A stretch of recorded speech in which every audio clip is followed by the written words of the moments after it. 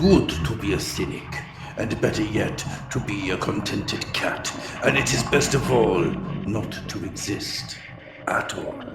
The state of cynic, cat, or non-existence is hidden until you put your face in the box.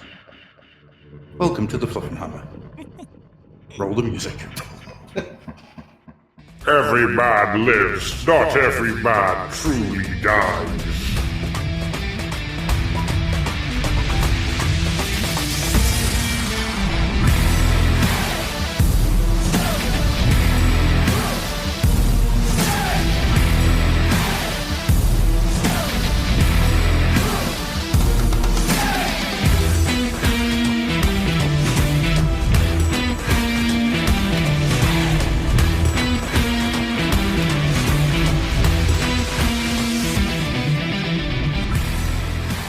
Okay, so yeah, I'm not even going to start on this. If we start on Schrödinger and like quantum uncertainty, we're done. It's the end. We won't be able to talk about anything else. What are you saying? You don't say the people who who come to the Fluffenhammer to explore the ins and outs of the quantum state. I mean, if you've got a large tarpaulin and some rubber weights, we can have a hell of a conversation. Stop it! No, we're not doing this. We're not going down this route because it's just going to derail the whole thing for hours and hours and hours. So, Who had physics jokes to begin the Fluffenhammer with? Hello, everybody. Welcome once again to the Fluffenhammer. As always, I'm Adam, and with me is the decayed one who I must now honour according to this token that I have found on my chair, which I've never seen before, that says, "Honour thy dead." That's you, Andy. Hello. I wasn't sure if you were going to keep going. No. Yeah, if we're just going to quit, because of all that, we're going to stop it right here, and that's it. It's the end of the whole. I thought Gruff might have had a story about the the token. There's no story to tell. I don't know where it came from. It just materialized suspiciously, like a cat in a box when you observe it. Circles. Which this is a circle as well. Oh my word! Oh my god! It's all connected. Andy. Oh my god! Don't start that. I'm going to get some red string. I'll be back in a minute. Oh, for fuck's sake, no. The bits at the ends of shoes are called anglets, and their purpose is sinister. Oh my god. Aglets, yeah, aglets. Yeah, so that's the theme apparently. Quantum physics jokes. See, I could do some quantum. I could do some quantum physics jokes, but I don't think they're fully formed yet. And also, there's George. I'm not certain about them. Oh. I know, right? Oh, dearie me. Hello, by the way. Hi. Oh, it's been a while. It has been a while since we've all been sat together. How long's it been? It has been a while because we just, life kept getting in the fucking way. Not for you, Andy, obviously, because, you're not alive, but... That's true. Nothing's happened to me recently. Well, yes, exactly. It's just one of those things, isn't it? No matter what you set out to plan, something else happens, and that's just the way of the world. But I'm glad that we're all together because it has felt like it's been far too long. It has been a while, hasn't it? Eh? The last time that I thought we were all going to sit down together, I was honestly very, very annoyed and upset that we couldn't, because it's been too long since I've got to sit down with two people I enjoy the company of and talk bullshit. Yeah. Normally I would spend time with my wife and child, And cat. And cat, yes. And cat now, yeah. Which is also ironic, considering that that intro was randomly determined and was about a cat. It's all poetry tonight, isn't it? Honour thy dead, which means I have to listen to Andy. Andy chose the cold open. The cold open was about a cat. Cats, right. Oh. Circles. It's all coming together, isn't it? It's all existential poetry this evening. I've been talking to your cat on the phone.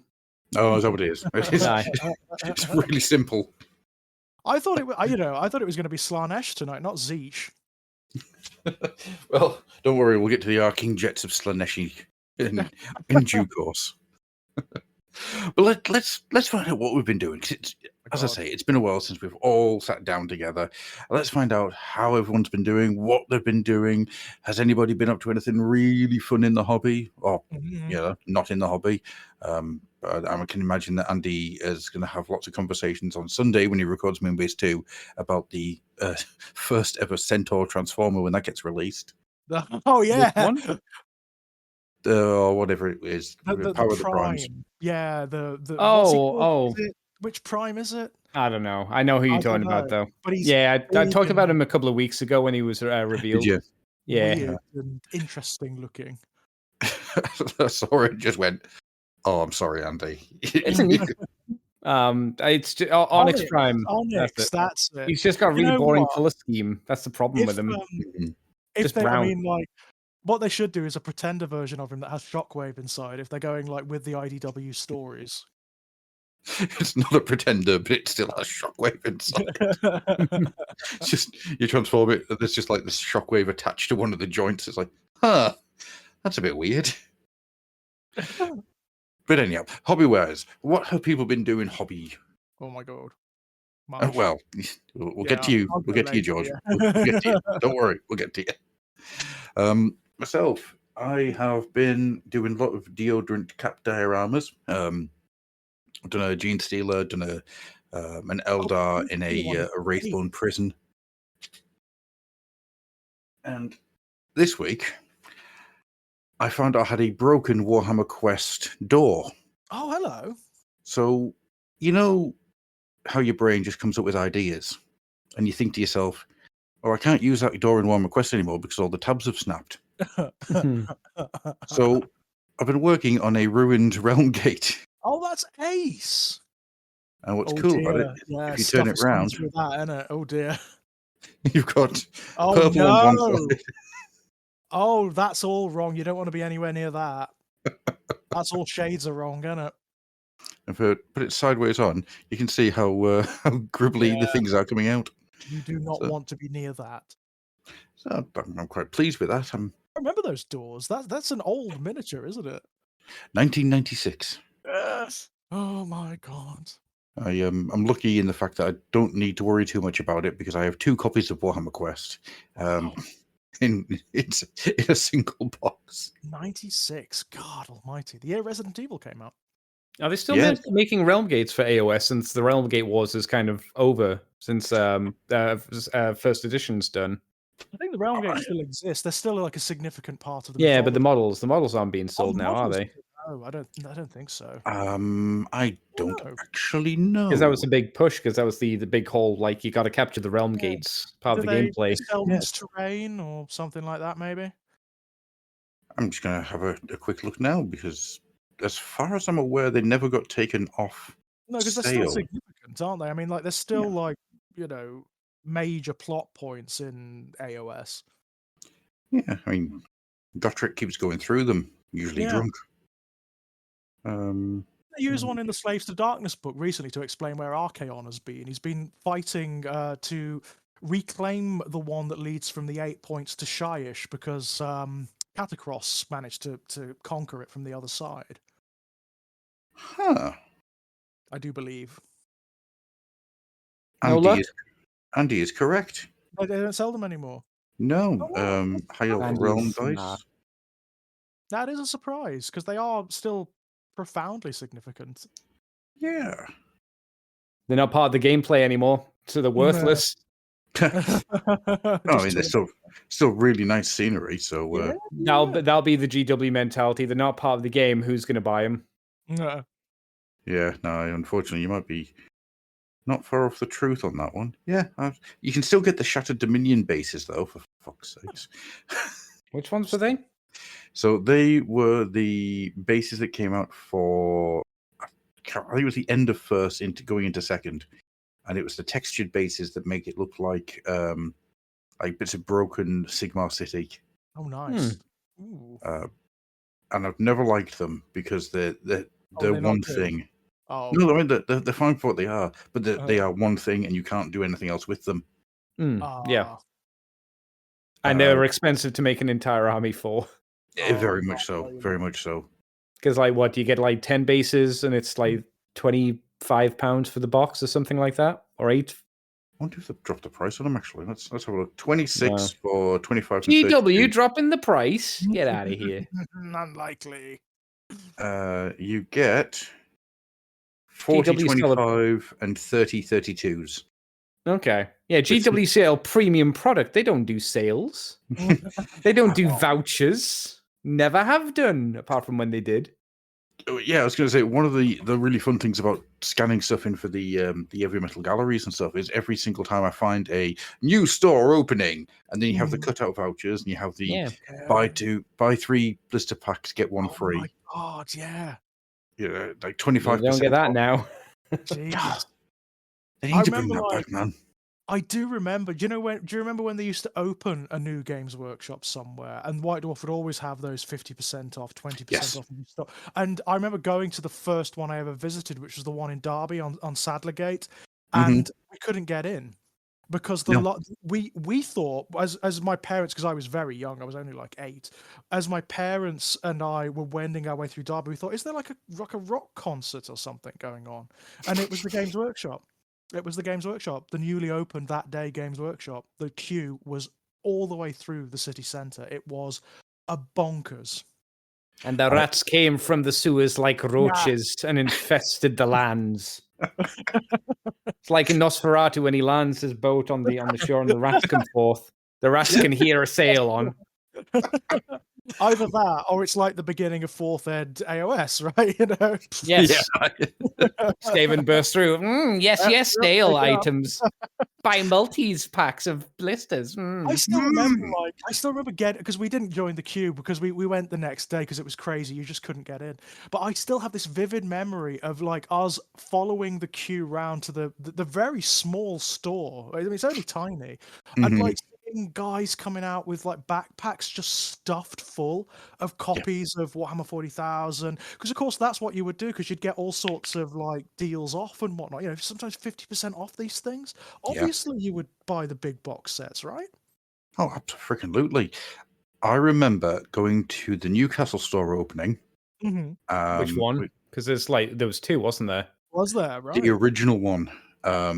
Was that the one closer to Forbidden Planet or further away from Forbidden Planet? Because I remember the one closer to Forbidden Planet. It was the one that was further away, I think. Right. I seem to remember it wasn't far off Chinatown. No, that's fairly close to Forbidden Planet. Is it? Yeah. Yeah. Trying to remember. But the things I remember, we got the bus from Workington to Newcastle, which took 2.5 hours. Oh, God. Oh, yeah. Got there. I had all the vouchers cut out, and it was the buy 2, get 1 free, buy 2, get the 3rd for free. So I got Night Goblins, I got Skaven, I got a Snotling Pump Wagon. I used my vouchers to get a Rhino. What else did I get? Rat Ogres. Yeah, I'd saved up. You know, I'd probably had about 40 quid. And this is how old I was, and this is how long ago it was. We came home, because it was Halloween, we came home, and I watched Ghost Watch. 1992? Yeah. Bloody hell, wow. So, because I had saved up, because we were going to go to Newcastle the week before. Fantastic. And I got the White Dwarf, and it said about Newcastle store opening, so my mum pushed it back a week, and we went that time. That's awesome. And it was like, I remember that day very distinctly, because it was just an amazing day. Yeah. And there was a guy who was on the bus with us, and my mum felt really bad for him, because I had this, like, you know, bags of stuff. Stack. You know, Stack. I'd spent 40 quid in 1992 money. Yeah. With vouchers, you know, it was. Yeah. So it was, you know, even for Games Workshop, but that was good, right? That was good haul, yeah. Oh yeah, massive. Like, yeah, tons of stuff. But he had a forest dragon. Now, this is the metal forest dragon, right? And that's all he got. That's the only thing he got. Oh, bless. And Mum was like, it's just a bit sad that he only got one thing. He's like, yeah, but that is a really expensive thing he's got. Yeah, it is. Yeah. Oh, man. Just brilliant. Absolutely brilliant. Really good time. Yeah. Wow. And then, if memory serves me right, I also got a Dragon Ball Z playing cards, and I don't know why. I didn't know what Dragon Ball Z was at the time, but I had some playing cards because they were all like fun and anime looking.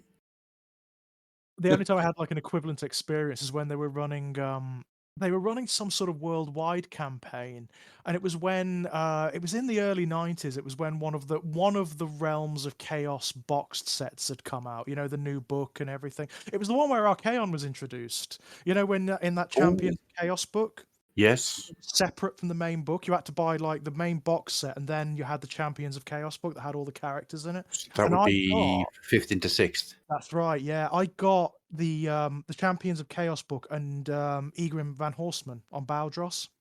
And that was like one of the first miniatures that I really sat down and thought, I'm going to paint this really well. And it was one of the first ones where I felt like I'd actually done it right, you know, I'd done it well. And I remember taking it into the Games Workshop in Derby, and they were running a game. And it was when around the same time they did Warhammer Siege. They reintroduced Warhammer Siege. Do you Yeah. remember? They called the Big Castle, and they were running that game, and I got to play with Egrim Van Horstman on Baldros in a Siege game. That's awesome.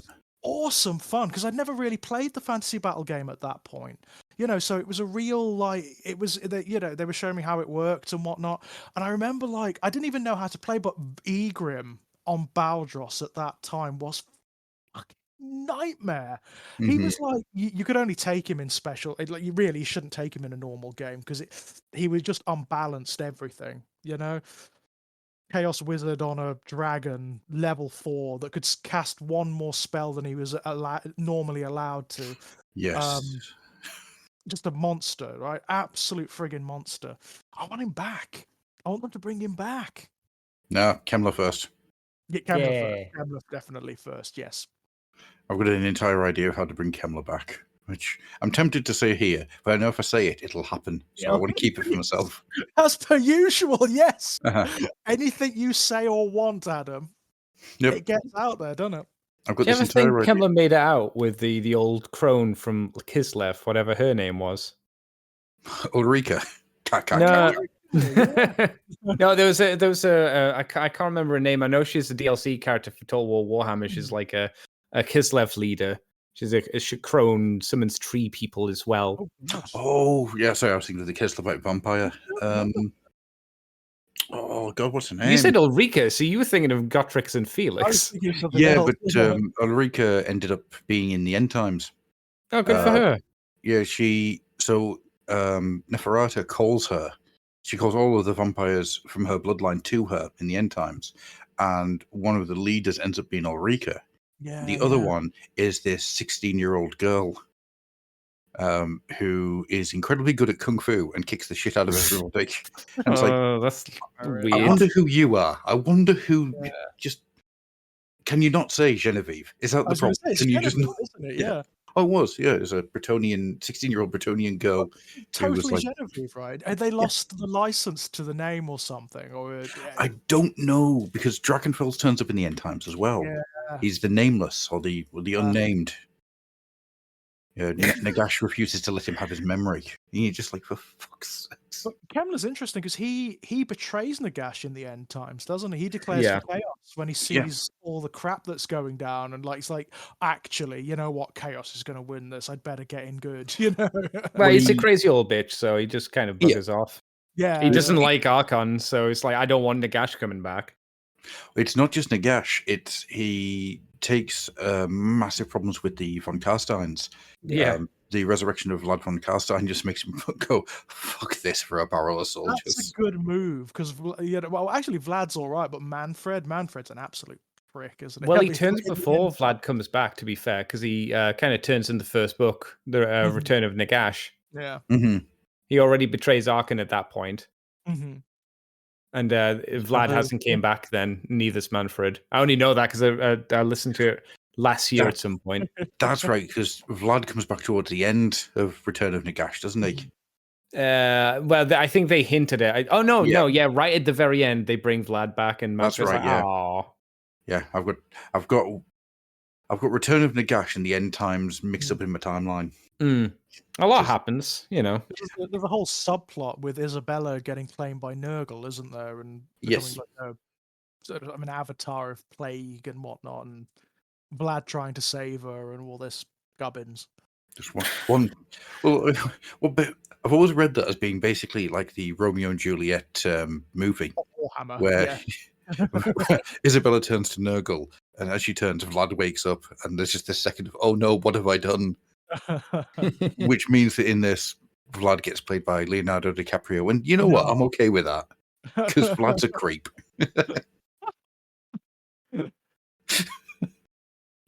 What I actually want is Vlad to be played by Daniel Radcliffe and Isabella to be played by Elijah Wood. All I right. don't like Daniel Radcliffe. No, I Do you don't. not? I mean, I like him as a person. I don't like him as an actor. I don't like either. I don't think he's particularly good, you know, at what he does. But I don't know. After watching Weird, the Al Yankovic story, I'm all in for some Radcliffe now. yeah, Like any film that has Daniel Radcliffe playing Weird Al Yankovic, seducing and having a relationship with Madonna before she becomes a Colombian drug boss, and then has to machine gun her to death before she turns him into a zombie, it's perfect. that sounds fun. Yeah, that film's amazing. That does sound fun. The true story of Weird Al Yankovic, where he sues Michael Jackson for stealing all of his songs and turning them into songs that aren't about food. Brilliant. Anyhow, so you guys, have you been up to anything? Any hobby going on in your hands? No. Andy? No. Oh, I've been busy. Oh, Yeah, obviously. yeah. No worries. And then George. Yeah, It is. a lot actually. I mean, it's not even a surprise, really, is it? I'm obviously, you know, I was obsessed about getting that bloody Emperor's Children box, The Chosen of Slaanesh, and I got it. I did manage to get it, and it's been pretty much. I mean, I've got actually in front of me now. They're down in my little living space. Multiple boxes that I'm using to kit bash The Chosen of Slaanesh into like my own little Emperor's Children warband. So I've got that, you know, that big box set that was released with the main Chaos Space Marines, the Veterans of the Long War. I've got that here. I've got the Wrath and Rapture box from the Realms of Chaos from several years back with all the Slaaneshi stuff in it.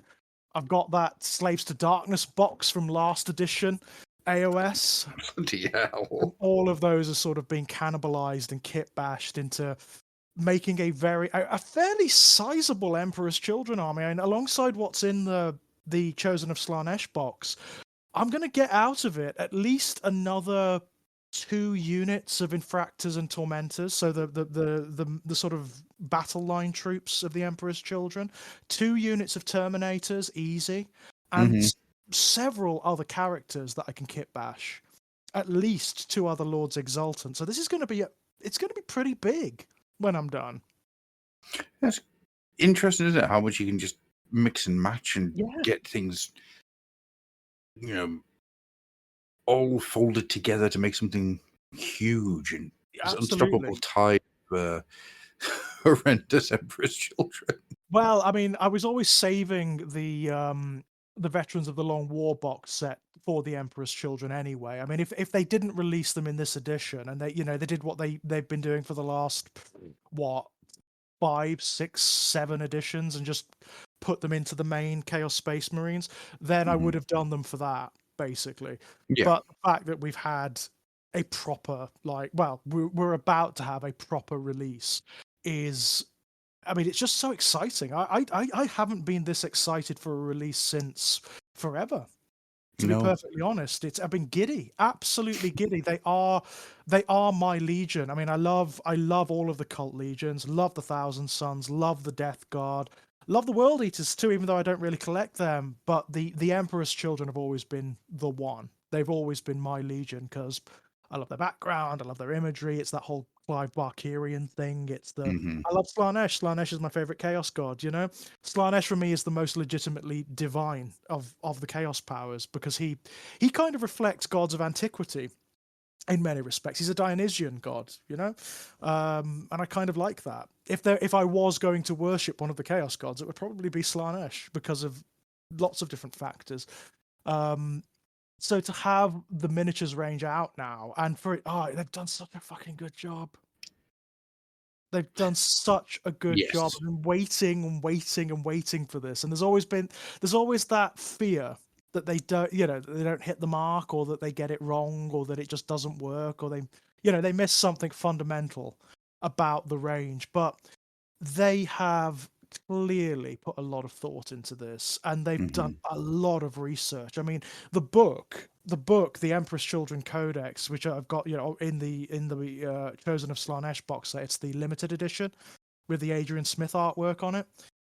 It's so good. It is so good. I've always loved the Cult Legion codices, just full stop. They've always been really, really good because they give the armies space to breathe. Like the background, they give them space to breathe and to develop and become what they always should have been. When they were all part of the main Chaos Space Marine Codex, they've always been a bit limited. They've always been sort of shunted off to the back a little bit. But this, oh my god. They've done such good work. It's kind of everything I wanted, Is there anything in the book that you feel needed more space, or gets too deep into the weeds, or anything like that? Is there anything that you would have changed? Well, to be honest, I'm really pleased. I am really pleased. One of my big fears with this book, and it's always a fear when they release anything Slaanesh related, is that there has been a history of them not knowing what to do with Slaanesh and Slaanesh-based armies. They've always, as opposed to the other Chaos powers, where they've always just gone hell for leather with them, they've kind of hemmed and hawed with Slaanesh because they've been a bit afraid of what Slaanesh represents. It is a bit trickier for them to represent. I mean, I feel for them because it is a hobby that's ostensibly aimed at a wide age range. So getting the Emperor's Children and other Slaanesh armies like the Hedonites in AOS, getting that balance is kind of tricky, where they go far enough but not too far with the imagery. Yeah. What they've done with this codex is they've just tipped right over. It's as dark and as horrific and suggestive as they've been since the Realms of Chaos days. Okay. Easily. And you know how the Realms of Chaos books had a for adult hobbyists only thing? This is darker. This is way darker, I would say. They've really gone for that whole... You know how they've subtly rewritten Slaanesh over the last 5 years or so, where he's gone from just being the chaos god of desire and pleasure into being the chaos god of obsession and extremes. Yeah. That's what they've gone for here. So the Emperor's Children, I love what they've done with them dynamically. They are the parallel and the antithesis to the World Eaters. You know how the Thousand Suns and the Death Guard are really weird for Chaos Space Marine Legions in that they're organized. They've got centralized authority still. They've got their home worlds. The Thousand Suns have got Sorciarius. The Death Guard have got the Plague Planet. They all still answer, even though there are war bands all over the feckin' place, they still answer to Mortarion and Magnus respectively. When those guys put the call out, even those that don't really get on with their daddies answer. It's not true of the World Eaters, and it's not true of the Emperor's Children either. The World Eaters are a shattered legion. They don't have any centralized authority, they don't have any homeworld, and they don't have any organization whatsoever.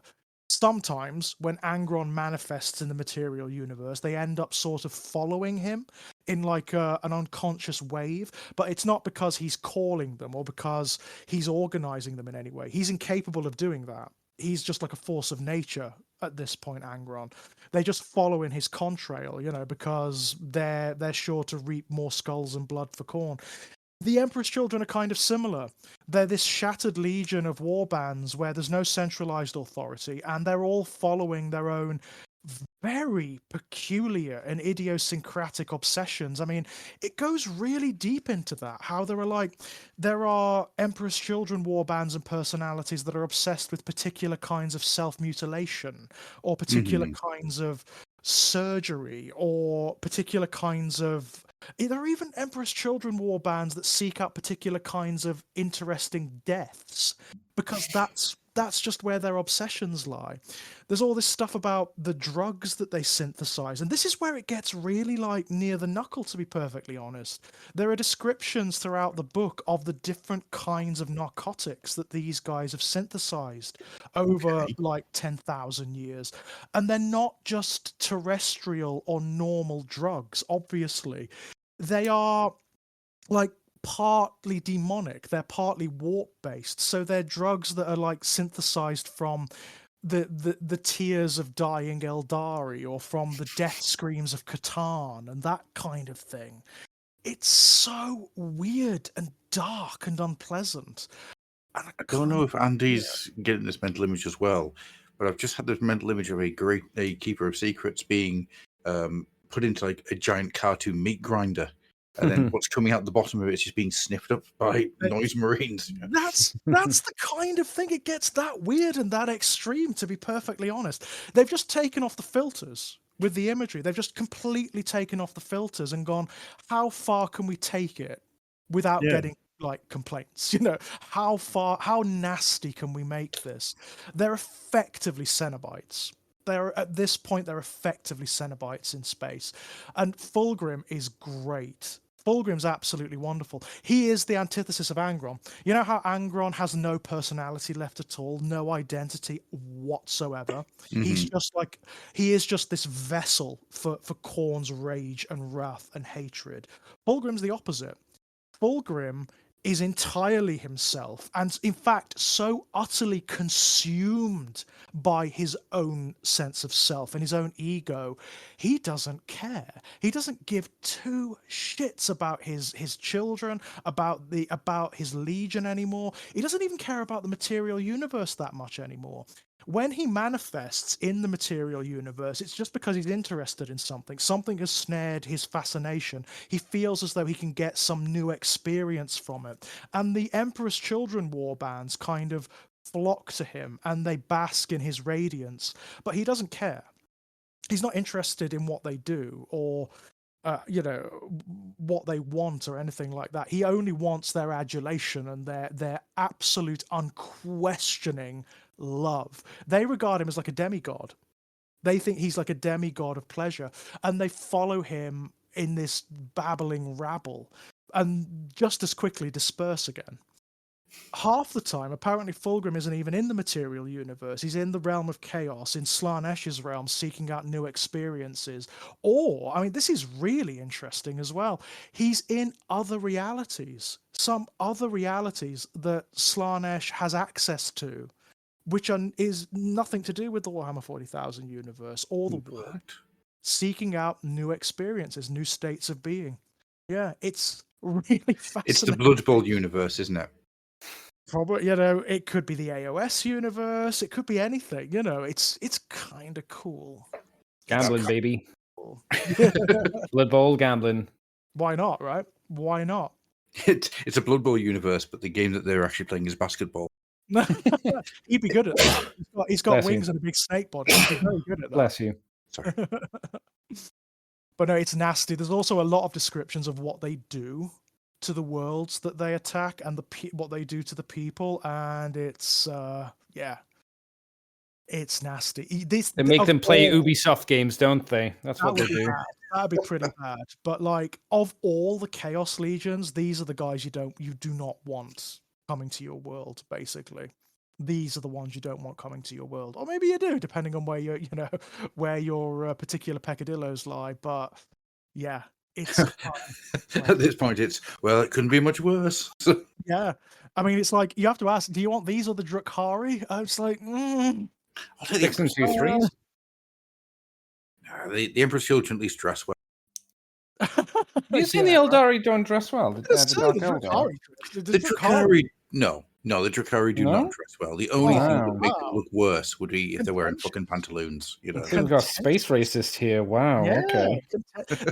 They would have words with you, like the socialites of Comora. They would have words, man. They can have words all they want, but I'll be looking at their stupid neck frills, just be like, oh, come on, you try hard. Hey, if it works with the Skeksis and they're just giant Yeah, chicken right? people, it can work with the Dark Eldar. Skeksis makes it work.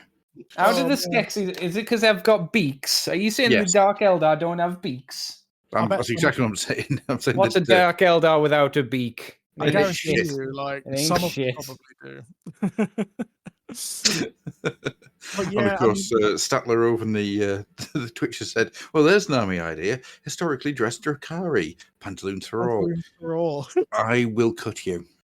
I will find you and I will cut you. The thing In with the fact, Drakari is they'd have to be very thin pantaloons because of how skinny they are. You know, they're more of like a skinny jeans race. You know, No. A pantaloons and a codpiece. I could see it. the codpiece I No, can definitely see for the it'd be a Drakari. codpiece and a pair of like big baggies. Yeah, walking around with like a corn shirt. That's No, what they're the gonna do. Drakari would If wear. they're gonna do jeans, it'd definitely be skinny jeans. Oh, They're pretentious enough for it. Oh Yeah, yeah, okay, Oh, yeah, that's Drakari, true. yeah, of course. Oh yeah, absolutely. But yeah, they've just they've done what they've done with all of the other cult legions. They've dived really, really deep. I mean, like really deep with these guys. They've subtly rewritten a few things, like Lucius, for example. Lucius the Eternal. It's not just like living things that kill him that transform into him when they've murdered him, basically when they've defeated him. There's accounts of him emerging from the hulls of tanks that have driven over him and stuff like that, you know. That's Out cool. of even Necrons aren't immune to it. There's How? They don't have ego for him to use to get through them, right? but they kind of do. They do. They still have No, the warrior. I ego. assume you mean like a high level, Yeah. like Yeah, impressive Necrons. There's still like the traces of the engrams in there, yeah. And it only takes the slightest little thing. Also, I mean, there's a lovely development on Lucius. He can't remember half of his resurrections. He doesn't even know how long he's been alive. He can't remember vast swathes of his existence. Sometimes he wakes up and he doesn't know where he is or how he got there, and he has to sort of quest across the universe and the galaxy again to figure out what happened to him and where his weapons are and whatnot. That's kind of really cool. Yeah, it's really fun, right? Really, really fun. And I love, like, in mechanical terms, I love what they've done with the dynamic of the Emperor's Children. And that's always another consideration when they do an army like this. Like, where do they fit? Where do they fit in the game? How do they play? I mean, when you've got the cult legions, they all operate at a particular extreme. So you've got, like, the almost exclusively long-range army with 1,000 Suns. You've got the almost exclusively assault-based army with the World Eaters. You've got the slow but durable army with the Death Guard. Where do these guys fit? How are they going to make them interesting and distinct without just making them like another power armor army, right? And the way they've done it is very, very interesting. It's a really small army list, for one thing. There are not many units for these guys. A lot of the units that were traditionally carried over from the main Chaos Space Marine book into the cult legions aren't here. Okay. They rely on their bespoke units a lot, and I mean a hell of a lot. They're really quick. They're much faster than most power armored armies. The slowest thing in here moves at your standard 6 inches, but the vast majority moves at 7, and some of the faster stuff can move like 14. It's pretty crazy. And they have loads of options for redeployment and infiltration and scouts and like be the old sort of like pick up and put down again, you know, like stratagems that allow you to put them into reserves and then plop them down again in the next turn. Lots of that going on. They're all about the movement phase. They're all about the movement and redeployment and getting to objectives and disrupting the enemy. That's what they're about. I've watched a lot of people playing them on YouTube channels, and people haven't quite figured them out yet. They haven't quite figured out how to use them. They're still playing them like they're a standard Chaos Space Marine army, or like they're a World Eaters army, or something like that, and it just doesn't work. These guys are very defined in how they function. Everything supports everything else. So if you chuck them at the enemy piecemeal, they're going to fail. They're going to fail big. So if you play them like World Eaters, for example, which is exactly how you play the World Eaters, you just chuck them at the enemy, ain't going to work. It just isn't going to work. Everything has synergy, everything has harmony, and as long as you keep that in mind, and they really are like a thinking person's army. There's a lot of tactics, there's a lot of strategy, and as long as you think about how they're moving and set up those essential charges, they're going to do the business every time. But you've got to really think about it, and I mean really think about it, because they can be taken apart piecemeal quite easily if they're not supported correctly, if like the individual components aren't supported correctly. And I love that. I absolutely love that. To be honest, having read the book and looked through all of the detachments and whatnot, there is and has never been anything that plays like this in 40k. Anything. They're new. They are completely new. And it's going to take, and I've seen it like on the channels I like that do the battle reports and whatnot, it's going to take some unlearning of certain assumptions about power armor armies and space marine armies in order to use them effectively. It's just fascinating. I would say, like, for example, the new units they've introduced, they've got 2 new battle line units. This is another way they're different from the cult armies. They are not the Noise Marine army, despite what's on the front of the main codex. They are not the Noise Marine army. So the Noise Marines are not battle line. They are not a battle line unit. They take the role of Havocs in the main Chaos Space Marine. That makes sense. Yeah. Doesn't it?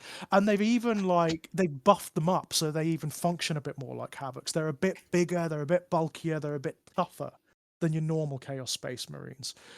The battle line units are 2 new units, the Tormentors and the Infractors, and they are like your Chaos Legionaries from your Chaos Space Marines, but they're a bit more defined. So the Tormentors are almost exclusively long range, and your Infractors are almost exclusively close combat, and they complement one another very, very well. Where they differ from Chaos Legionaries is they're faster, they move 7 inches, so they're really quick, and they have a whole ton of special rules attached to them. Like a whole ton. The Tormentors can infiltrate. So that's bonkers. That in and of itself is absolutely bonkers. You've got a battle line, so a troop selection, power armor troops that move 7 inches that can infiltrate. Yeah. That's kind of bonkers. I think the only other army that does that is the Genestealer cults. Right. And of course, you have to bear in mind, they are not a power armor army. No, they're not. So they're a horde. Right. So they're fragile. These guys aren't. They also do other things. So they've got a rule called Objective Defiled, which means that they don't have to occupy an objective to claim it. They can claim it and then move on. It's called sticky objectives. A lot of armies have this rule, like in a stratagem or something like that. But it's very rare for a battle line unit to have it and to have it built in. Very rare. So they can infiltrate, occupy an objective, claim it, and then move on to do something else. That's cool. Cool, That's really right? cool. One of the things I was going to ask you is, are there demon rules in the codex? Yes, there are. Right. Yes, there are. So that's the other thing that this does. I mean, one of the other interesting things about the codex is what it signifies about chaos going forward in 10th ed. So the other cult legions, I imagine, are going to be quite like this. There is a detachment in the book, the Carnival of Excess, which allows you to take Slaanesh demons alongside your Emperor's Children units. But it doesn't just allow you to take the demons. They also empower one another. So it's a demon. It is essentially a throwback. Do you remember that old Khorne Demonkin book? From Yes. Good God, yes. 6th, 7th ed? Somewhere around there. I'd have to look back to see when it came out, but yeah, I know what you mean. It's such a weird, out of nowhere book that basically allowed you to take Khorne armies, they were proper old-fashioned Khorne armies, where you had Khorne demons and Khorne Chaos Space Marines, all not just occupying the same army list, but empowering one another. That's what you've got here. With the wrong blood letters, yeah. But so basically, whenever you've got an Emperor's Children unit within 6 inches of, they're called the Legions of Excess units, which is the demon units. Both of those units get sustained hits. What that means is every time they roll a critical hit, which is a 6, they get an extra hit on top of it. Oh, for God's sake. Right. Okay. Not only that, but if a unit already has sustained hits, which Fulgrim does, by the way, and which Noise Marines can get from the Lord Cacophonist, then it's on a 5+. Bloody hell. Yeah. There's a lot of people in the competitive scene looking at this detachment and going, yes. Yes, because it's potentially, in the right hands, very, very, very nasty. So I'm campaigning now that in 10th we bring back the being able to run people over with tanks. And Can you not do that? Oh yeah, you can. Another yeah, thing. you can, but Yeah. you don't have the 15-page of rules for what happens when you get run over by a tank anymore. It's just all that happens is you roll. I think you roll against the amount of wounds that the tank has, and you do a number of mortal wounds up for every 4+ that you roll. I think it's that, isn't it? You know what it sounds like you need? It sounds like you need a D20 table. Damn right, D20. So second ed. Sorry, my bad. D100. We gotta limit it to a point. Yeah, there we go. D100. That's the perfect amount for a table. I think that sounds really fun. D100 table. I think it's almost. I think you can very safely say the same is going to be true of all of the other cult books. You know, the Death Guard are going to have their equivalent detachment. The Thousand Sons are going to have their equivalent detachments, etc., etc. It would be interesting to see what happens going forward, because if this is the template for the cult books are going to look like, you know, the Death Guard could end up being something very, very special. The World Eaters. The World Eaters. No, they don't have a book yet. Yeah, the World Eaters could be something absolutely amazing. And the Thousand Sons, Jesus. Well, pink horrors are a frigging nightmare in 40k. They are so nasty. They're not tough or anything, and they don't put out great amounts of damage either. But because they can split and then split again, it takes at least several turns to just shift the bastards, you know? So you stick them on an objective, or you use them to screen another unit, or just be a nuisance and tar pit something. They're very nasty. I mean, being able to include pink horrors in a Thousand Sons army is going to enhance Thousand Sons in such a brilliant way. And they've always, I mean, it's a return to form for the cult legions. This is the way they always should have been. I mean, in the background, the cult armies always fight alongside the demons of their god. Always, always, always. And it wasn't really until 4th ed when they separated them out that stopped being a thing. Yeah, true. Actually, and it's always been a decision I've never been able to fully understand. It doesn't. It's never made sense. No, Chaos players have never liked it. They've never liked it. So having this, not only having them back, but having this really interesting integration where they empower one another. I mean, the other thing about the Carnival of Excess detachment, despite being potentially pretty powerful, is it's loads of fun. It's loads of fun because it forces the way you make army lists and the way you play the game, because you're going to want to make sure that there's a demon unit within 6 inches of your Emperor's Children unit and vice versa at any one time. So you get that bonus, right? So you're going to have to think about what units work together and what units synergize well and how they can move together up the battlefield, right? And I love it. I love that. That makes it so much fun to play. Because you've got to, again, it adds another wrinkle, another layer of complexity to how they work. And when it pays off like big style. That's really cool. Yeah, it's something I noticed with the how 40k seems to be heading now. And there's a couple of things about 40k I think I want to get into before we end the show tonight.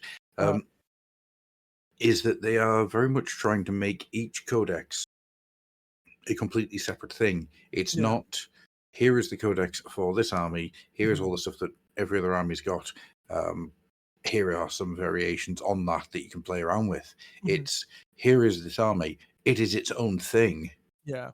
And you can do whatever you want with it within the limits of it being its own thing.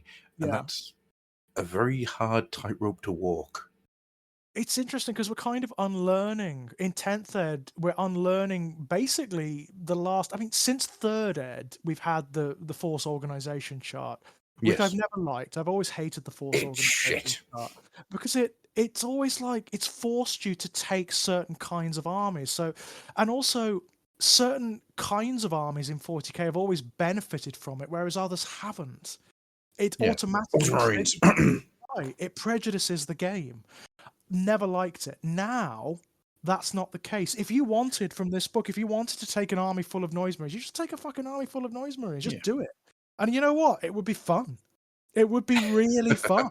It would be, I mean, it would be very overbalanced and kind of difficult, a bit unwieldy, a bit difficult to use, but bloody hell would it be nasty. Noise marines, Lord Cacophonists, and rhinos. Nasty. Nasty. Just going back for a second there, the force organization chart. Yes. It's never made a huge amount of sense to me outside of Space Marine and Imperial Why? Guard players. I mean, orcs. Yeah, Orcs, Tyranids. Force organization chart. I mean, like Yeah. what? Yeah. Chaos Space Marines. I mean, it's like what?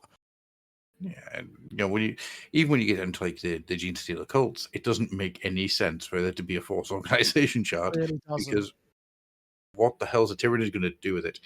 I always think the epic. If Andy might remember, actually, we talked about many years ago the Tyranids in Epic and how they worked, and I had the what the hell are they called? The synapse creatures and all that type of thing. Yeah. It should have just replaced the force organization chart from 3rd ed onwards Yeah, they for the should. Tyranids because it doesn't make any freaking sense. That was it. I remember that in Epic, because in Epic, what you used to do, in fact, this was true in 2nd Ed 40k as well. You targeted the synapse creatures, right? Yes. Because if the Yeah. synapse creatures died, I remember in 2nd Ed 40k, if the synapse creatures died, it sent like a shockwave out across the entire Tyranid army. They all had to take leadership tests, and it was always like at a percentage lower. They were almost certainly going to fail and revert to their animalistic instincts. And there was a whole chart for what they were going to do, whether they were going to run away, whether they're going to attack like one another or charge the nearest enemy unit or whatever. I don't see why you do it, because it's very much a necromancer kind of affair, isn't it? It's like when the necromancer dies, your army kind of falls apart. When your synapse creature dies, your leadership should probably fall apart as well, really. Exactly Agreed. that. Yeah. That's the way they work, right? That's Right, the way it should be. it's supposed to work. It wasn't. It wasn't for 18 years.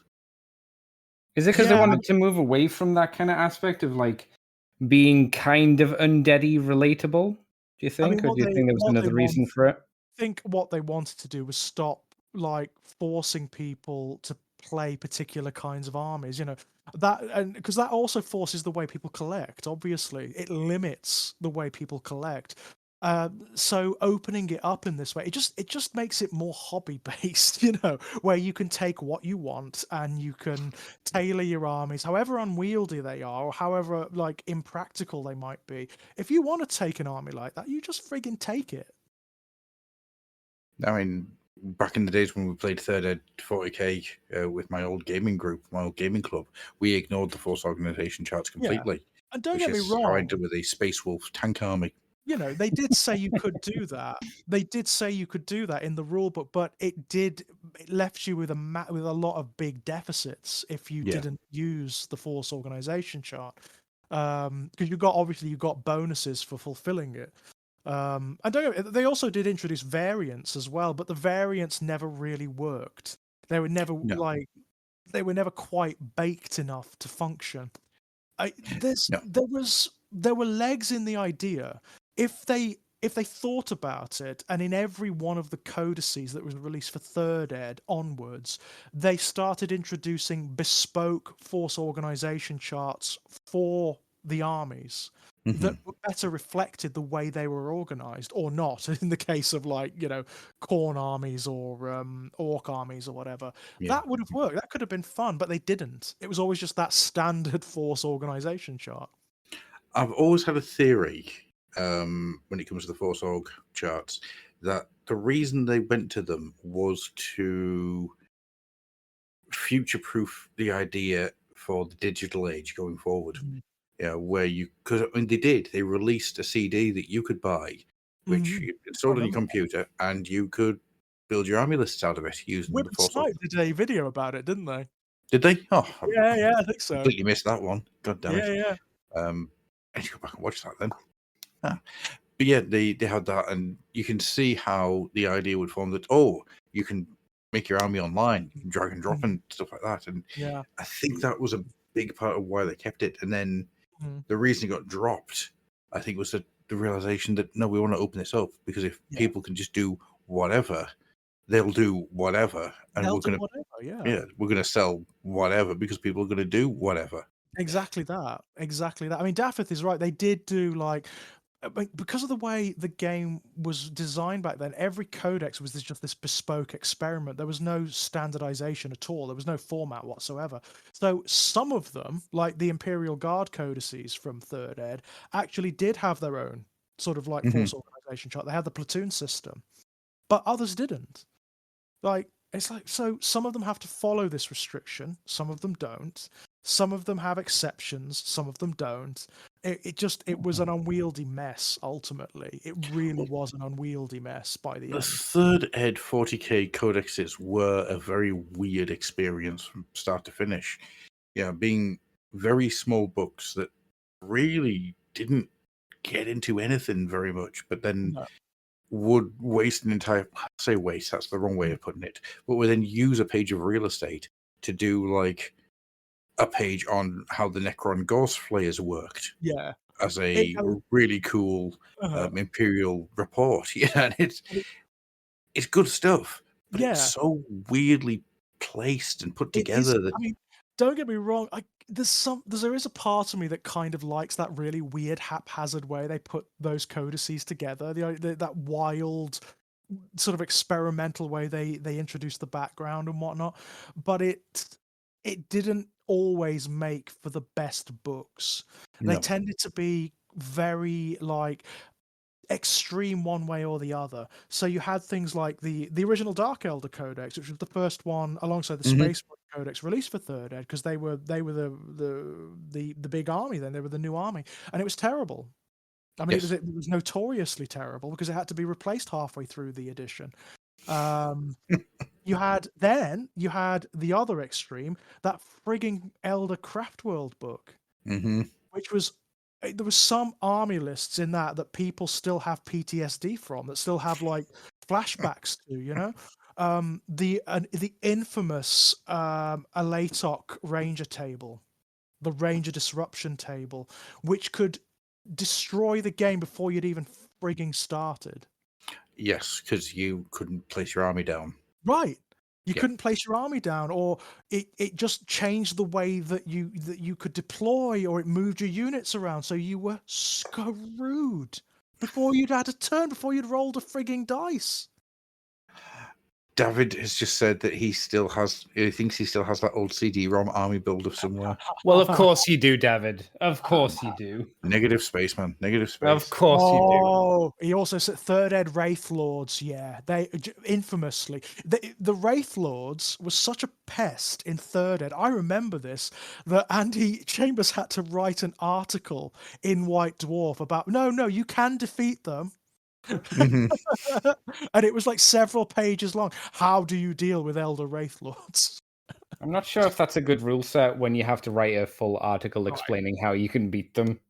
Yeah, It's it not. was- That's pretty unintuitive, I'm afraid. Third Ed Eldar were infamous. Nobody liked playing them. Nobody liked playing against them. Eldar players like playing them. Well, Eldar liked playing them because they were just nightmares. You just How did Eldar versus Eldar do? Was Oh, it even? Or was it still broken? it depended on. I suppose it depended on what craft world they were playing. Did it boil Obviously- down to who rolled first? Like if it was Right. their first turn, they won. If it wasn't first turn, they lost. I've I've got a feeling it depended on who got their Wraith Lord into battle first. Yeah, yeah. Because whoever got the first shots off with the Wraith Lord, chances are they were going to win. Even if it was a Wraith Lord they were shooting at. Yes. Oh, To be wow. fair, they've always had difficulty balancing the Eldar. Always. Do you remember when they were released in Second Ed? Even, I mean, okay, that was an early codex, so Mhm. obviously, but they were a nightmare. They were very, very fast. They were insanely fast, and they would shoot the knackers off a fly from 30 feet. You know, they were awful to go up against. I distinctly remember having to deal with Eldar jet bikes in second ed, and I'm already breaking out in a cold sweat thinking about it. I remember playing with Eldar jet bikes in second ed and loving it. Harlequins in second ed. Jesus. The solitaire in second ed. Bloody hell. Oh my god! What a nightmare. What a nightmare. Speaking of second ed, actually, I was meant to mention this earlier on, totally forgotten. I have, due to a guy that I went to school with, got in contact with me not too long back, because he's got a ton of second ed orcs that he wants rid of. Ooh. So I have a load of second ed orcs coming, which means my plans for making a second ed orc army are going to go ahead. Yay. Oh, fantastic. I Do love you know what condition they're in, kind of thing? I think they're probably all going to need stripped. Yeah. Oh, well, yeah. I think that's minimal. Yeah, so apart from that, because I think they've just been sat in a box for 30 years, you know, so. No, is Garskull amongst them? I don't know. I know that it's the second ed 40k box. Uh-huh. So all those plastic monopose orcs and grots. Brilliant. But then there's also a couple of metals in there as well. So Will you get the metal the cardboard killer can? I hope so. I'm praying. Sorry, dreadnought. It's not a Yeah. killer can, it's a dreadnought, isn't it? It's an orc dreadnought at that point. What I'd do is I'd cut it up into like 6 bits and then just have loads of grots, each holding a bit. Oh, that'd be fun. So it just looks like they're all carrying like a big sign with a dreadnought painted on. And that'll be my dreadnought. That's That's fab. great. Love it. Love it. So I'm all excited, super excited, because the idea of having a second ed orc army is like, yeah, man. I would Better you when know, it's free. I would love to play a game of second ed again. I really would. 'Cause, I mean, it wasn't good. Like the close combat rules, you have no idea. Adam, do you remember them? Oh god, yeah. How abstract they were, and weird, and like it's not like now where, like, you know, it's pretty well defined where every weapon has a number of attacks and it has a hit roll and blah blah blah. It didn't work like that. You had to do maths to work out averages and shit like that. One of the things that when I kind of came back in, what was it, 2016, 2015? Mhm. After, a good, probably I said 10 years off, 10 years Yeah. away from it all. One of the things I found I really missed was the old 2-hit to wound charts. Yes, yeah. 'Cause if you Every remember weapon had one, right? Oh yeah. So if you Every remember, weapon had one.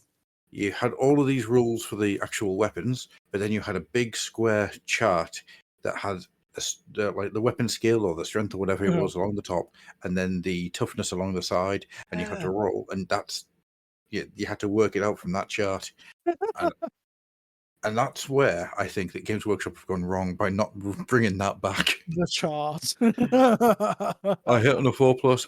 Yeah, but you might be hitting on a 4+, but in my day, it didn't matter how many times you shot a Wraith Lord. Its toughness was so high, higher than a fucking Bloodthirster, in fact, that you had to get 6s. You needed 6s. Nothing else would work. Yeah, that was third ed. That, I mean, to be perfectly fair, you know, they didn't get, after second ed, they didn't get the greater demons right until, God, I would say around 9th. They just didn't. They always No. underplayed them for some reason. They were afraid of them. They were afraid of making them the monsters they're supposed to be. I wonder if it's just purely because Space Marines got meat grinded a lot in second ed against the demons. Well, the Bloodthirster was infamous. Do you remember? Oh god, yeah, the Bloodthirst was an insane thing to fight. But then so was the Remember all those Keeper of tents? Secrets. If you looked at its stat line and it was just like 10, 10, 10, Oh, 10, 10, 10, 10. It was a freaking nightmare, that thing. Oh, it was, in hand-to-hand combat.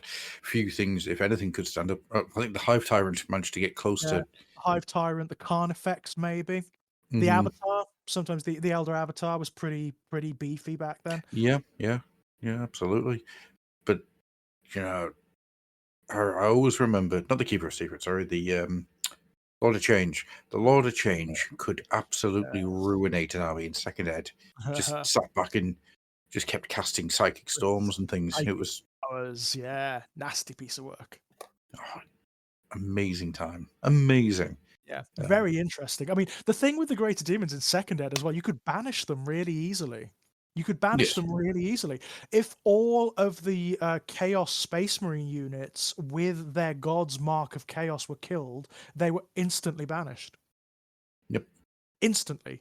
And if there were certain warp cards played, do you remember like the random warp cards that were playing in the psychic phase? Oh, yes. Things like, I think, energy drain, that would kill demons that were on the battlefield. That would suck them back into the warp. Give me a Dark Millennium box set again. Yeah, the one that had all of the brand new psychic powers and everything. Yeah. And Was that the add-on box? The one with the Dark Angels on the front?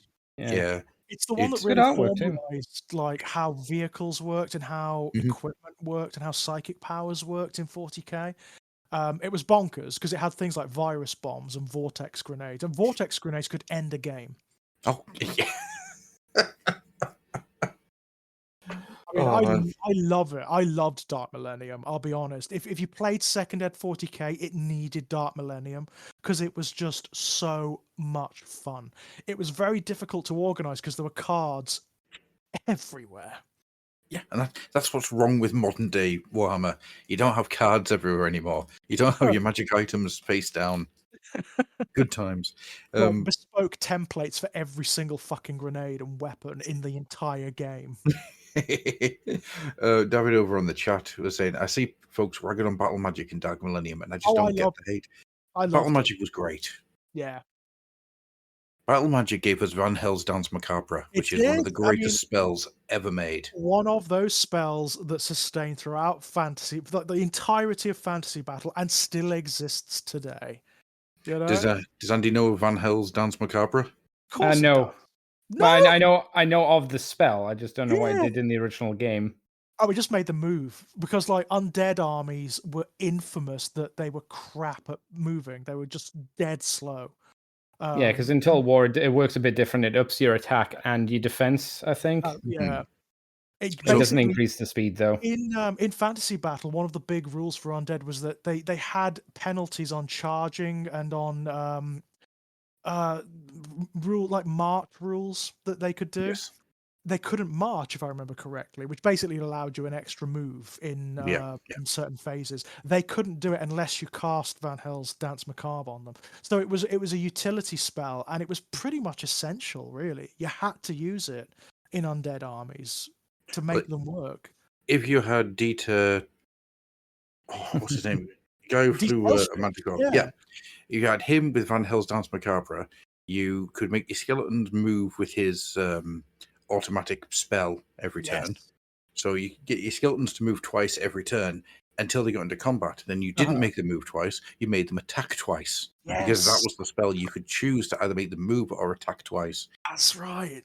And I remember a unit of 60 skeletons just walking straight up to a steam tank, pulling it apart and carrying on. That's what I loved about the undead in Fantasy Battle. They were like all or nothing, weren't they? If you made them work and if you got all the synergies working right, they were nasty as hell. But if the battle plan fell apart, if things didn't work, the whole army just crumbled. Yes. Yeah. One thing goes wrong. It's why you had Dieter, you had the Van Hell's Dance Macabre, and you had a von Carstein ring. Yeah. Yes, the von Carstein ring. Again, I mean, that's still a relic that still exists to this day. Does it? Yeah. It's still kicking around in AOS. It's still kicking around as an option. Yeah. That's cool. Is the von Carstein ring in Total War, Andy? Yes, it's an item that you have to like do a special battle to get, if I remember correctly. I think only Vlad can have it. Right.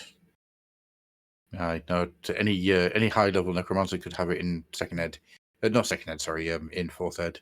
Yeah, Daffy's right as well. Later on, in the later editions of Fantasy Battle, it became such a quintessential spell that it was one of those spells that all undead wizards just knew. Yeah, you could just you didn't have to select it; they just knew it. What was it? That and Fingers of Dust. No, Hand of Dust. Hand of That's Dust. the Fingers gas of spell. Dust. Yeah, That's only Fingers for the of Dust, ladies. the lesser version. Yeah. Thumb of Dust. Yeah. Thumb of Yeah. Dust. Yeah. Only Nagash has that now. Hand of Dust. Yep. Yep, that's right. Aye. This is one of his special abilities, and it's evil. You know what? I need a copy of Battle Magic. Mhm. Yeah, just for no other reason than just to read through all the spells, because those spells were so much damn fun. They were fun. They were a lot of fun. Yeah, and the undead ones were particularly fun because it was all like it was either summoning, which is always great fun, Mhm. or it's these weird utility spells which were all had like different tiers to them. So you could select to do this or do that, or and you had to think about it. You had to think about how you deployed them. Yeah. I imagine it's quite hard to get a set with all the cards and damage. Well, not super you damage imagine? because there were so many cards with it. Yeah. Oh God, yeah, yeah. Magic items, all the colleges of magic. Mm. Was there a I second do. expansion for Fantasy Battle? Or was that in fifth ed that they did two separate expansions? I think it was in fifth ed that they had two separate expansions. They had Battle Magic and Arcane Magic. Yeah, because they did start to resurrect battle magic, didn't they, towards the end of Fantasy Battle's life? Sorry, Darren on the chat just went, I'd offer both of mine, but the phrase cold dead hand springs to mind. I remember Yeah. cold dead hands. It was one of my favourite spells. Ha! But yeah, copies of Dark Millennium go for silly money on eBay these days, if they're complete, There was one that was in a charity shop around here about 4 or 5 years ago, and I went in and it was 55 quid. Hey, For that's not complete. bad. Well, it was, you couldn't look inside it because it was in the Oh, window. so you didn't know. Yeah, Okay. they wouldn't let So me. who knows? So you could have just bought a box of nothing, right? Yeah. Well, there's probably something in there, but who Yeah, knows if it but was who actually. knows? It could have Yeah. just been cards from anything else as well, I suppose, right? Yeah. And so there was a part of me that walked around town for about 2 hours working out, do I do it? Do I pull the Yeah. trigger on it? And I decided no, because That's a risk, for that amount of money as well. yeah, it was too much to. It was is. too much to risk. And for a dead game system as well, it's sort of like That's not important to me. I like the idea that your son will go, Father, why didn't you buy that? You're 90 on your deathbed. You're like, Father, you could have had a full complete set. Why didn't you do it? It's like, I don't know, son. It haunts me to this day. I've made terrible choices in my life. Not buying battle magic out of a scope shop was the worst. My life went downhill, Father, after you didn't buy that set. Why? I just did. You became distant. You became distant, Father. Distant and insular. You kept looking at me with hatred, even though I wasn't even there. I didn't even tell you not to buy it. You were there, son. You were 8 months old. Yeah. Felt your cold, sticky hands on my leg saying, don't buy it, Father. Yeah, no, I regret it. I regret, because if I'd gone in to buy it, then I probably would have been able to get a decent look inside it. Yeah. You know what I'd really like to play? I'd like to play a game of like the old the Epic game system, Space Marine. I would like to play again. You should get yourself down to bring out your lead, because there was plenty of games of Epic going on when I was there last. Oh Yeah. my god, that edition, Space Marine. Yeah. Oh my god, I liked that game. You should just go to bring out your lead. You don't even need to do it. And it's unwieldy, but it's loads of fun. Oh, tons of fun. I'll be going to bring out your lead. Oh, you're going to bring out your lead? Well, when I'll need to arrange stuff with you so we can hold hands and go down together. That would be lovely, actually. Yes. As great lovers, but yes. Get a nice little. I'll see if I can get the same little cottage that me and my brother stayed in. It was so romantic. We'll have candles and everything. Well, there was an open fire. I'll get the wine, which you'll drink because I don't drink, and I'll get you drunk, and I'll do my way with you. I'm also teetotal, so neither of us would drink it. So you'll be drinking. Don't worry. I'll slip you a pill. I'll cost you.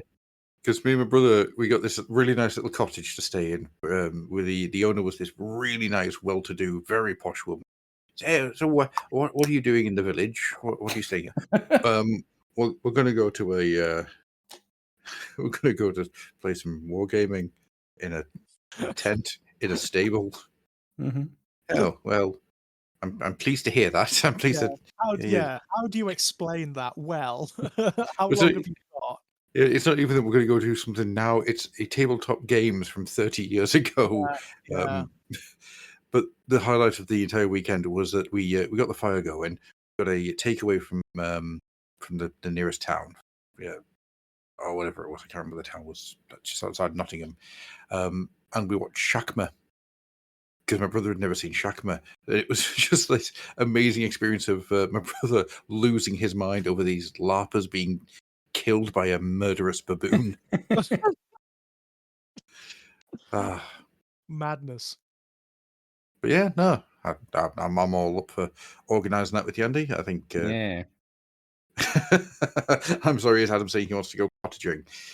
You can come along if you want. But Fluff and Cottaging is the new podcast we're going to do. Yeah, it's a slightly adjacent version of the Fluffenhammer, even more so than mine. Depends where we're standing at the time. Yeah. An entirely more Slaaneshi, which is thematic and on point. Yes, well, I'm not certain, which is also thematic due to the physics jokes at the beginning. Yeah, right. But no, it's all very exciting, I've got to say. I mean, the other thing I really want to do is get some more games of 10th in. I really want to. I'm the friend of the channel, my friend Tom. He's putting together some Thousand Suns at the moment. That's cool. So one of the things we are going to do, and I'm going to see if I've got the equipment to film it. We are going to have a game when I've got my Emperor's Children up and running of 10th. So that should be fun. Yeah, that'd be a ton of fun. I mean, Yeah, Emperor's Children loads of fun. Thousand Suns. Yeah. The one, of course, I've got my eye on at the moment, which I don't know when it'll happen, but it will happen, is the new Goblins for AOS, My Oh God, yes. because they are really cool. so good, right? I've got this entire idea of how to make the some Troggoths Mhm. that'll work with that slightly samurai look that they've got. Yeah. And I've got of course myself some old river and stone trolls to play around with.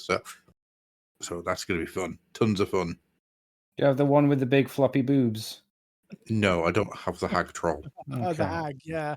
I hate the hag troll. I hate it so Oh, no need to be Patriarch. sexist. Come on now. much. Not being sexist. Come on. I just You hate her because she's a woman with boobs, don't you, Gruff? That's the reason. no, I just really don't like the sculpt, which is a shame because the sculpt has good pedigree behind it. Yeah. Yeah, it's the mother of monsters herself that did it, Mm. but I can't get away with it. I don't like it because she's a woman, because she has giant floppy boobs and the nipples are there. That's why I don't like it. I'm not afraid to say it. I find them really off-putting. Yeah, they're just not. I not feel for they me. would make me roll ones instead of sixes. The nipples have the look to them. Yeah, it's not for me, shall we say? Not for me. You wouldn't make a hag army. No. That I could be might- a good narrative, though. 3 sisters. Yeah. Boyle in trouble, the Macbeth thing. Yeah. You could have like a great. meet again. You could have it as like a Bretonnian Knight Grail quest, and he comes across the 3. That could be quite fun as a Warhammer quest There's little almost scenario. like an RPG thing going Yeah. on there. It was like a D&D scenario. What I Would was be neat. hearing there, Andy, is that what you want to do is a Bretonnian RPG, and I'm going to write up a load of adventures for you guys to play through as Bretonnian questing knights. Yeah, I could do. I don't mind that. I immediately think of Monty Python and the Holy Grail as a basis. Well, one of you could be the knight, the other one's got the coconuts. So Robin. So Robin ran away. No, I didn't. Ran away. I never. It's only a model. What is your name? What is your quest? He'd be a good chaos wizard, actually. That guy. Actually, he would, wouldn't he? Yeah. Tim. Yeah. Very easy. No, well, no. Tim's a bright wizard. He's essentially Heinrich Kemmler, isn't he? Without the hat. That guy, yeah. Oh my word. I can just see Heinrich Kemmler. It's got big, sharp, pointy teeth. There are some who call me Tim. There are some who call me Heinrich. I would definitely like to see someone make a bright wizard for Tim. I think that'd be great. Because he has a good distinctive look. He does, doesn't he, with his The horns and his barbarian hat, yeah. everything. Yeah. Come on, Big Yeah. D. You've probably got the model parts to make I mean, a Tim. in all seriousness, an AOS Heinrich Kammler would be just delicious, wouldn't it? Well, here's my question for you then. How would you do it? And this is open to the chat as well. I want to know how the chat would do it. He'd I think come it's back weird. What? buff, How to? Yeah. but still Yeah. really old. He's got his whole, the head, the beard, the hat, and everything. But he's But got he's like really He-Man big, body. Yeah, he's just ripped. Oh No my God. shirt, just but still has the wizard hat. That's brilliant. Absolutely brilliant. Of course, he's having to be played by Pumping Iron Arnold Schwarzenegger. That's what I was thinking. Yeah. It's like damning. No, you get him to be played by J.K. Simmons, because J.K. Simmons is pretty ripped at the moment. Perfect. Holy shit! Yeah. Absolutely perfect. In the same way that the Lion is played by Charles Dance in his last miniature, this one is J.K. Simmons. Yeah. Oh, I thought you meant Dieter's line for some reason. Oh, I was really? like, Charles Dance just like wearing a lion costume. Well, what? That's pantomime, yeah. Just wearing the lion costume. I've just shot somebody and I wish to confess. Rawr. Rawr. I mean, like this. I mean, yeah. In all seriousness, they could bring Kemmler back. I mean, like they brought Zigvold back, so there's no reason they couldn't. Yeah, as soon as the bros involved back, the doors Oh, yeah, open. They can do what they want.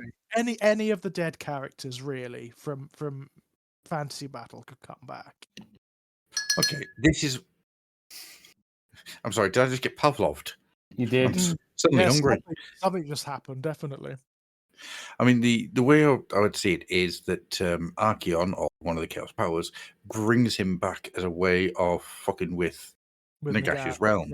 Yeah, Nagash is rebuilding himself, so he is very reduced at the moment.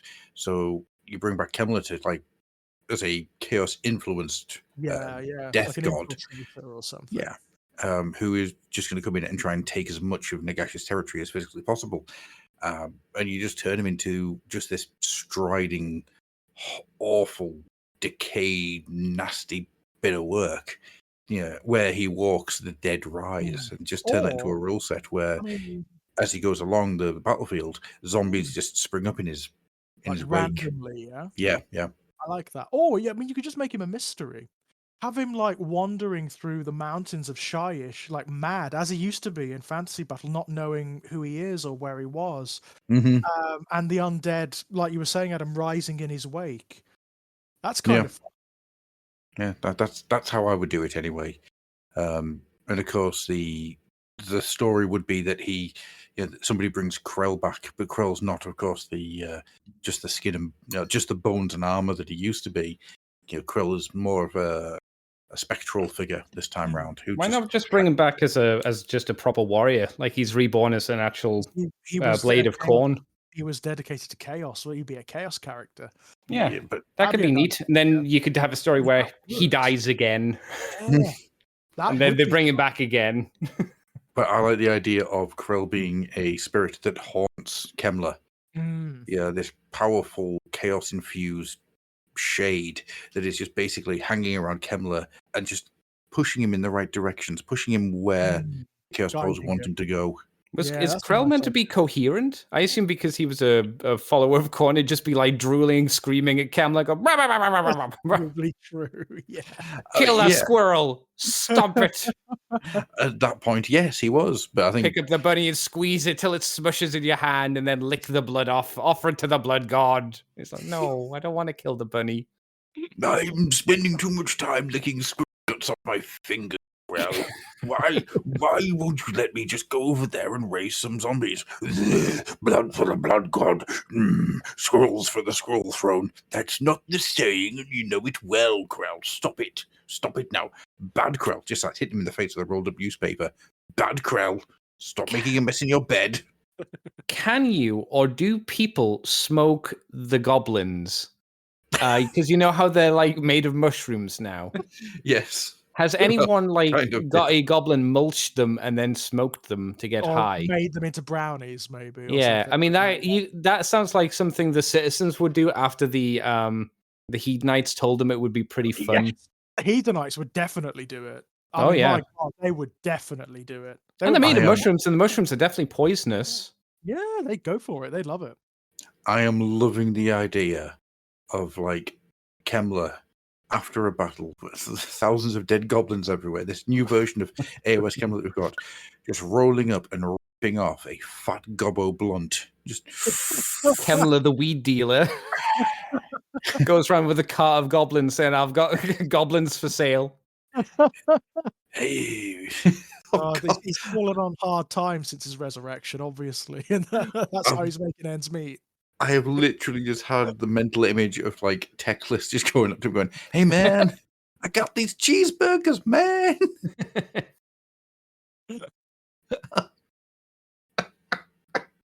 What are you doing tonight, Techless? I'm smoking the goblin.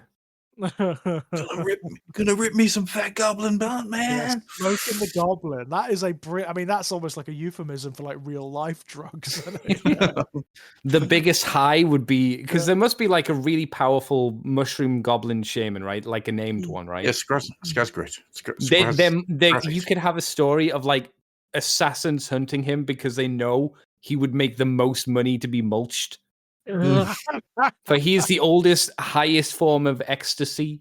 So like the weed. best high. Yeah. Best high is So you could do stories of like Skaven assassins, orc assassins, which would be shit.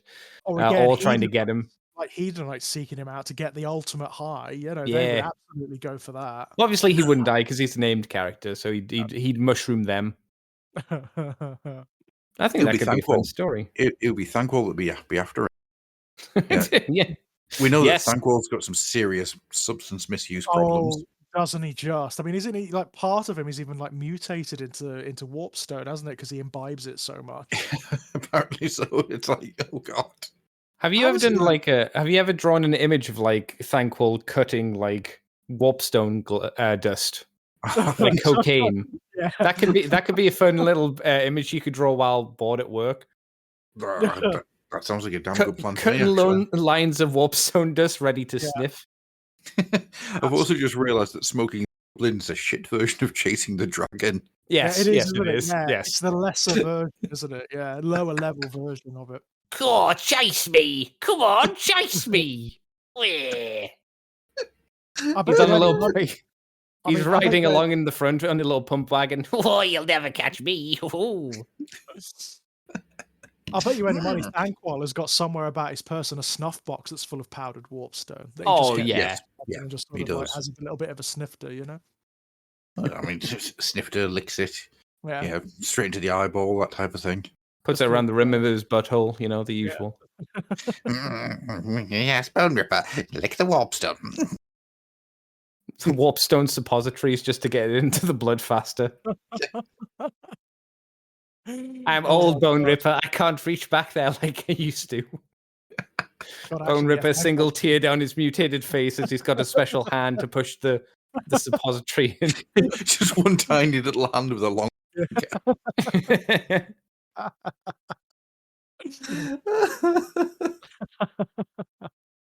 Why don't we write the lore for AOS? I'm just saying. I'm not saying we'd make it better, but we'd help flesh out.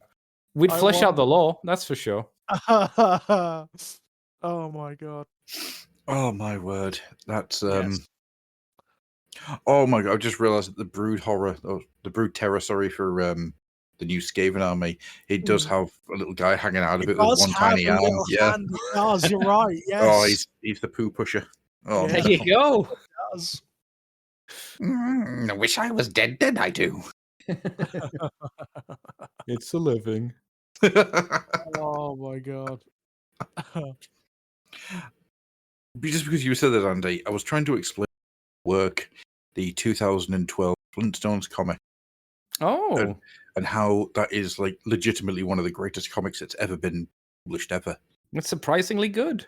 Yeah, it's one of the Shouldn't be, but it is. No, No, there's a lot of them from around that era. You know, where they did a lot of the like adaptations of a lot of the Hanna-Barbera cartoons. The Snaggletooth Yes. one is fucking spectacular. Where they make him Truman Capote. Yes. They literally make him Truman Capote. It's utterly brilliant. Yeah. Just funny that every now and again something comes up. It's like I can tell people the Flintstones comic from 2012 is fucking astonishing, and everyone should read it. Yeah, it's the most scathing attack on capitalism I think I've read outside of Transmet, but also has a real heart as Barney and Fred are veterans of the war that killed out the pre-human civilization.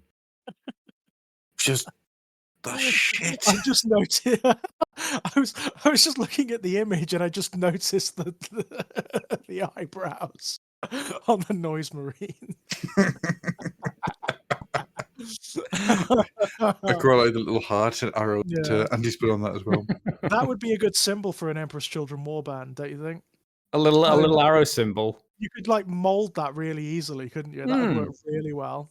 Right. What I want you to do for any, like, just one character, doesn't have to be for everybody, just one character who has bare flesh, a little anchor tattoo, and a wum. So it looks like he had mum tattooed, but he passed out halfway through and upside down. Wum. That'd be Blades of Corn would do well with a wum tattoo. No. Blades of Corn have just got like killed my mum.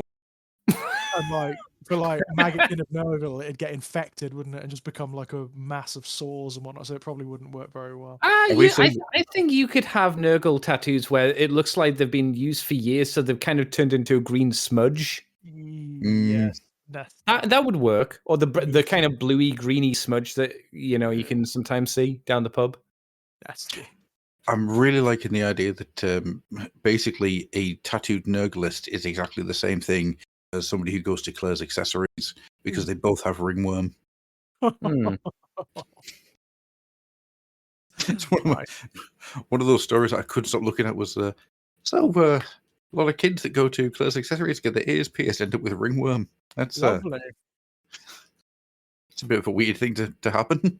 Yes, it's another knot in the dystopia of 2025 UK. Lovely. Oh man. Right. Has anybody else got anything to bring up? Anything anybody else wants to say this evening? Other than I'm very excited for like the next couple of months, because it is one of those it's one of those eras of chaos, isn't it? All the cult legions are coming out. Yeah. I'm very excited now. I won't be getting the box sets for all of them, but I am gonna try and get those limited, those limited edition codices with the breakaway. Yeah. Oh my god, I'm definitely gonna try and get them. Yeah, they look good. They look really nice. Absolutely. Do we know what the price is for them? I don't know. I'm imagining quite expensive. Yikes! Now, I'm gonna have to see what finances are like, because I'm forking out for a car very soon. So. Oh yeah, and they ain't cheap. No. So we'll see. We'll see. It depends if your car runs on like just unadulterated hate or not, or if you have to. If it ran on unadulterated hate, then it would be like the most efficient car imaginable. I could fuel a hate car for days. I demand a hate car. one. God damn it. Oh, man. Right. So, with all that being said, then we shall start closing things down and leave you guys in peace. Andy, where can people find you if they so wish to hunt you down and smell your decaying flesh? After you finish with your masterpiece. Yeah. You can find me on Twitter, Twitch, and YouTube as Decayed Andy, running flesh of a human being.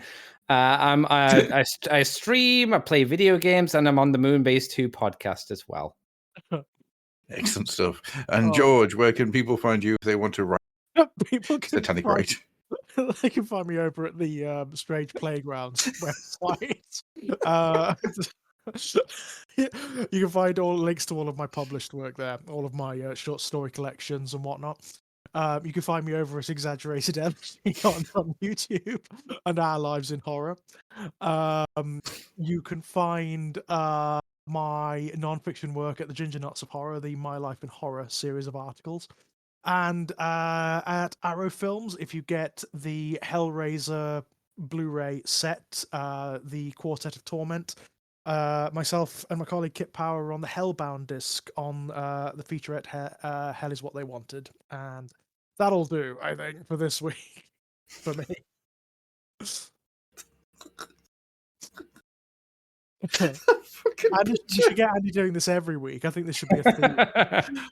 Oh, I'm in full agreement. I'm 100% serious. Just to see what the pictures end up with. Yeah, And absolutely. honestly, it looks so fucking trapdoory now. It's Actually, it really does look very trapdoory now. I can see it. Yeah. don't go into that trapdoor. Regions where nobody goes. Oh, And an ancient castle.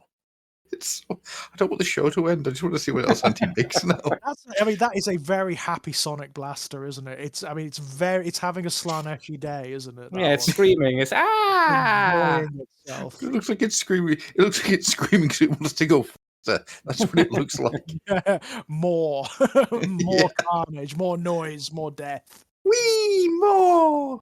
Throw me at the enemy. Yank that trigger. Yank it. Very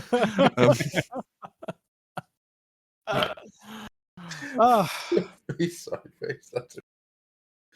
Oh. You can use that for the image for the show if you like. Oh Yeah, yes, absolutely. please. I think that'd be brilliant. Oh, just so people can see it. Just it won't be as good as being here live and watching it slowly take shape. I But am definitely serious. I want this to be a theme for going forwards. I'm in. This is going to be a hook for the podcast. The only way you get to see these things, join us on the live show. Yeah. Oh my god, that's fucking beautiful. Oh, I'm so happy I know you, Andy. I really am. Thank you. Right. What about you? Where can people find you, Gruff? Yes. Curled up in a fucking ball on the floor in pain from laughing. Just giggling away inanely there. Yeah. just sounding incredibly like Woody Woodpecker. Oh, God. As for myself, you can find my personal stuff at AD Nickel. You can find the Fluffenhammer. God damn you, fucking bastard.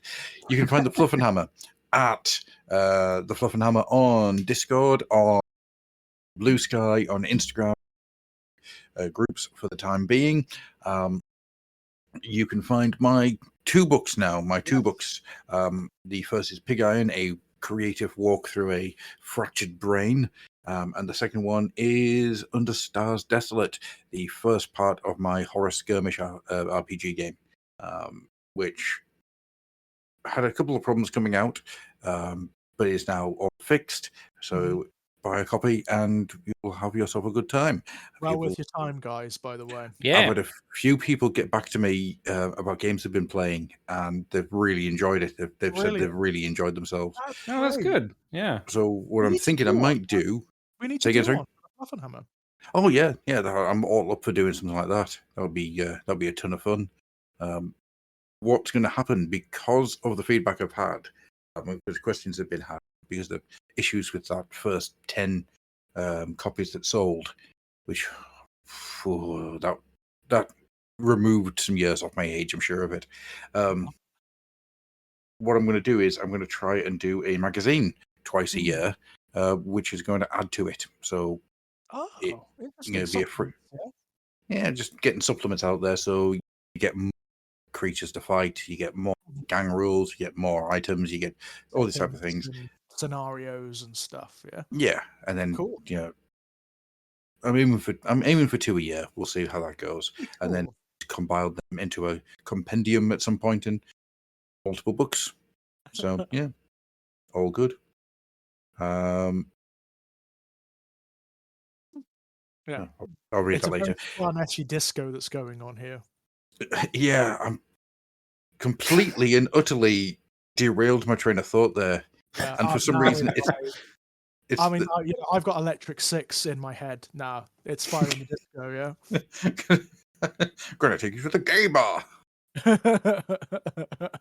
It's the fact you've lovingly painted in the heart red now as well. That's Yeah, well, you know. I've just realised he's got ears. Yeah. Yeah, his little cat ears and the little cat nose and whiskers. I love it. If anyone's going to be a furry, it's going to be a Slaaneshi dude. Absolutely, yeah. Yeah. I mean- Christ almighty. Oh, right. Brilliant. Yes. Absolute Yeah. brilliance. I think we found our milieu. You know, after 7, it's God knows how many years of the Fluffenhammer, we found 8. our theme and our hook. Yeah. Well, this is going to be our thing. Me doing really This is bad, gonna like be it, paint images. Yeah. I'm in. Absolutely. I'm absolutely in. 100%. Totally in. And thank you very much to you guys at home for listening, if indeed you still are. Goodbye. Thank you, guys. Bye. Bye-bye.